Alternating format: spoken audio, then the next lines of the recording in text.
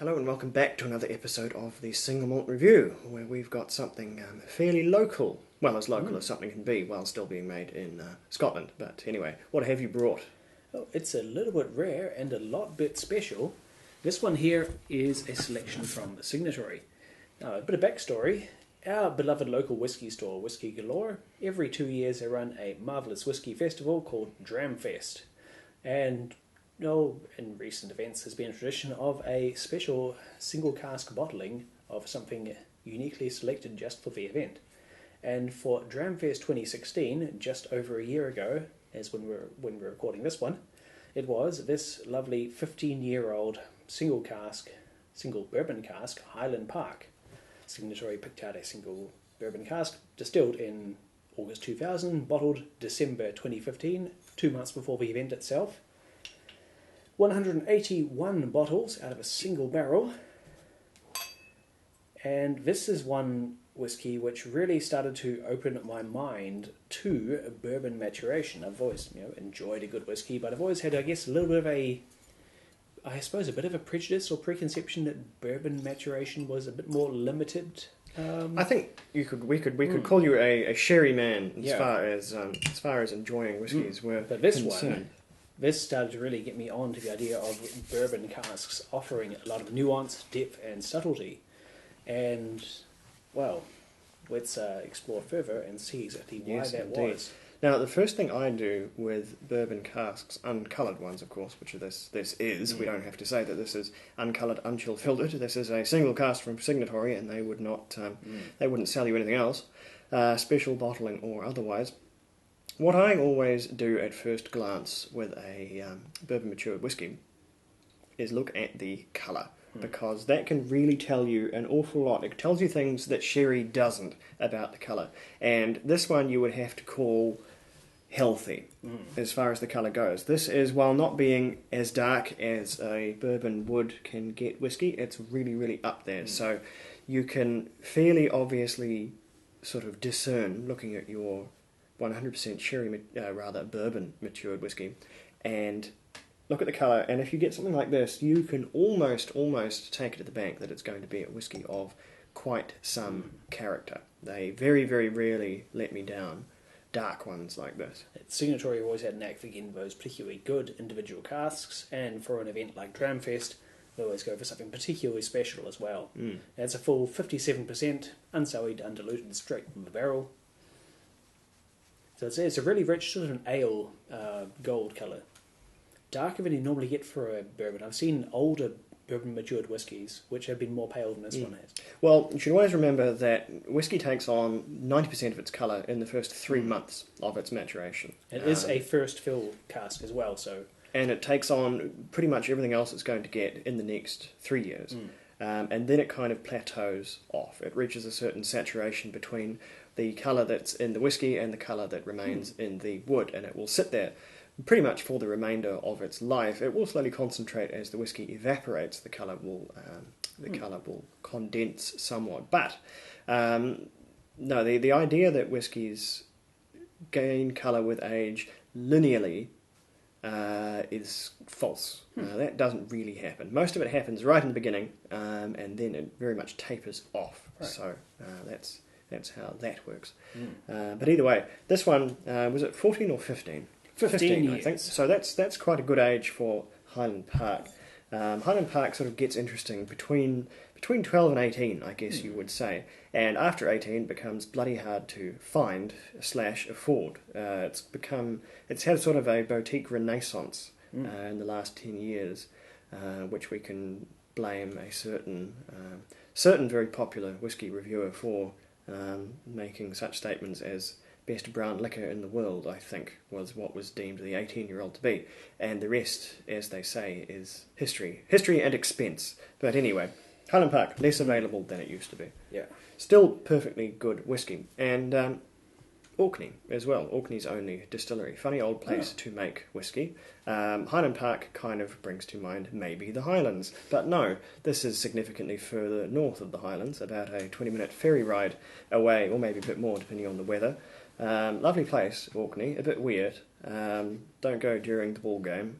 That's really the only advice I have to give you. But certainly visit Highland Of course, Park. Dramfest 2016, when I was at the festival admiring this whisky among many others, you were in fact off in the UK. Yes, I was. On your grand voyage. Still slightly bitter about that.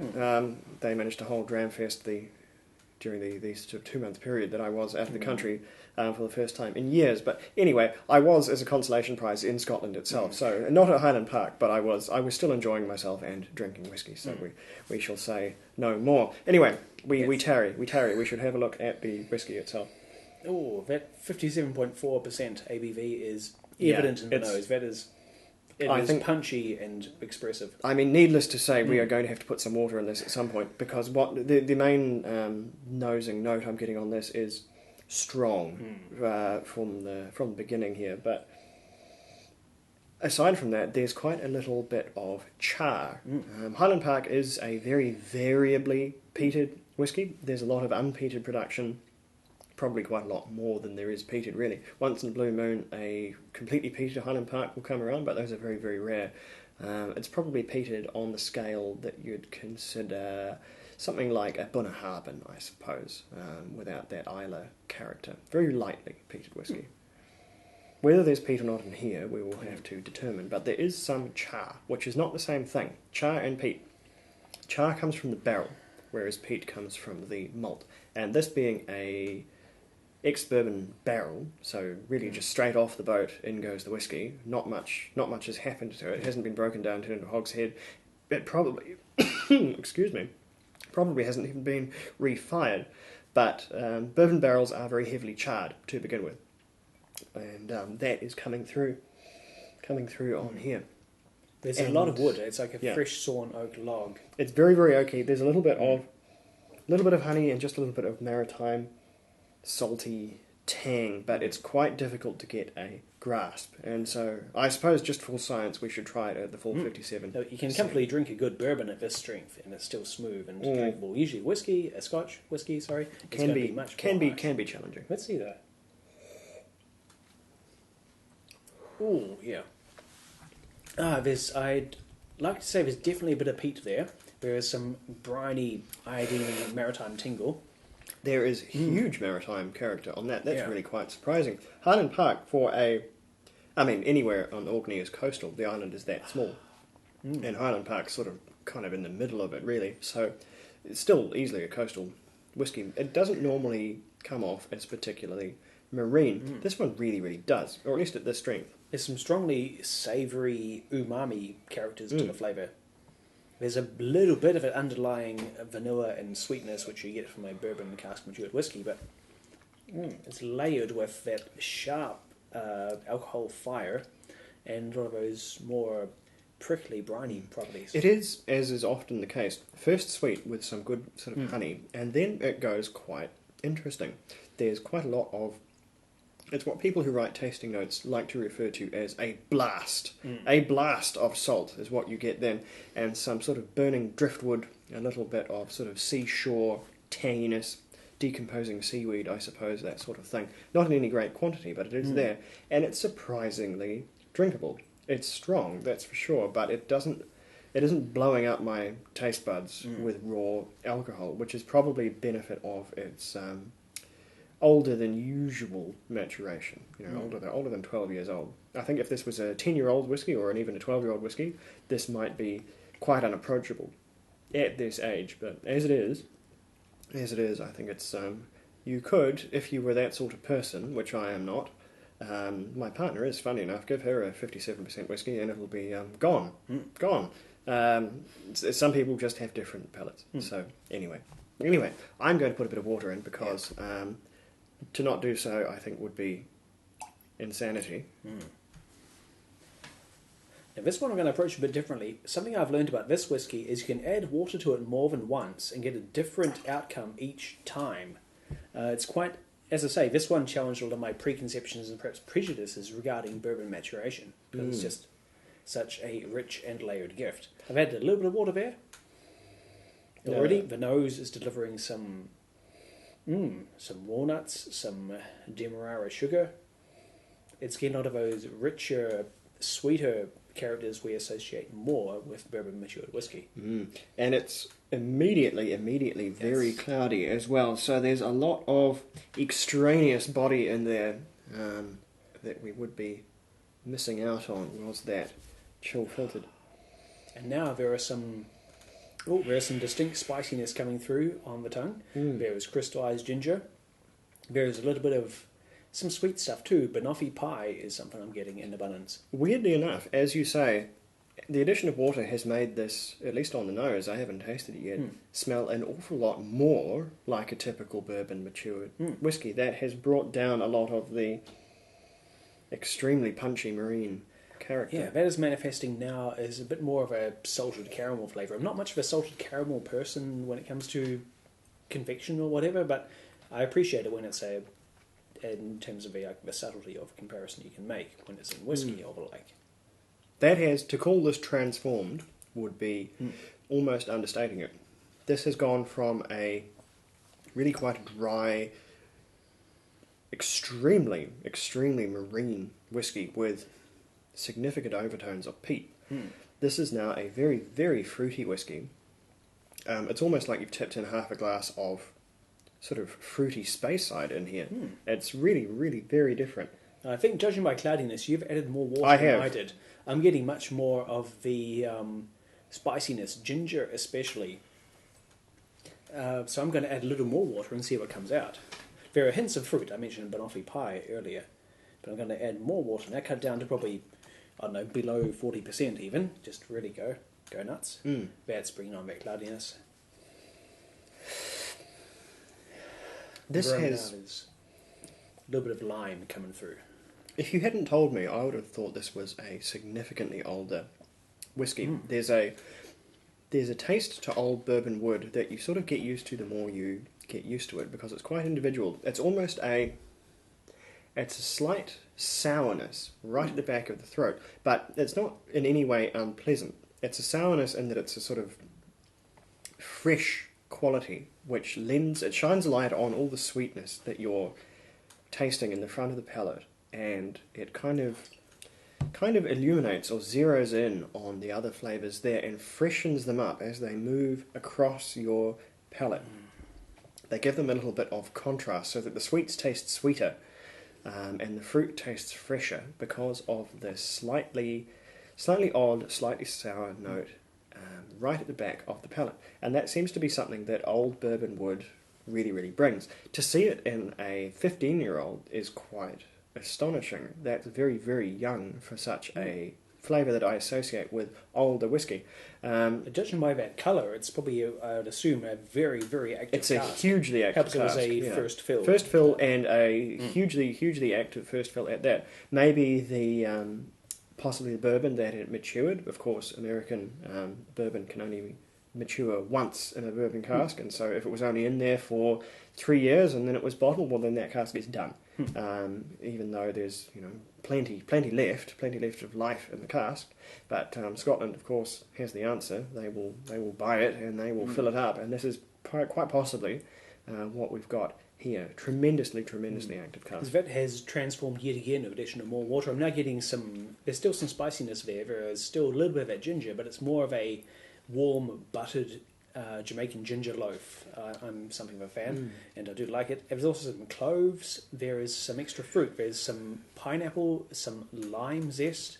It really is a gift that keeps on giving. And I think you'll come down to the level that I'm at now, because that's sounding a lot more like I'm tasting. Yeah. To put it very simply, this is a whiskey that really goes on a hell of a trip as you put increasing quantities of water in, which is the hope for a great many, especially youthful, as this one still is, despite how active its cask was, single cask whiskies. And it's one of the real beauties of single cask whiskey. You have not only, usually at least, tremendously more whiskey in your bottle because of the increased strength, you have a whiskey that can become another whiskey, and then another whiskey, and then who knows, you can have a great many things in one package. It doesn't just do one thing like a chill-filtered blended whiskey might.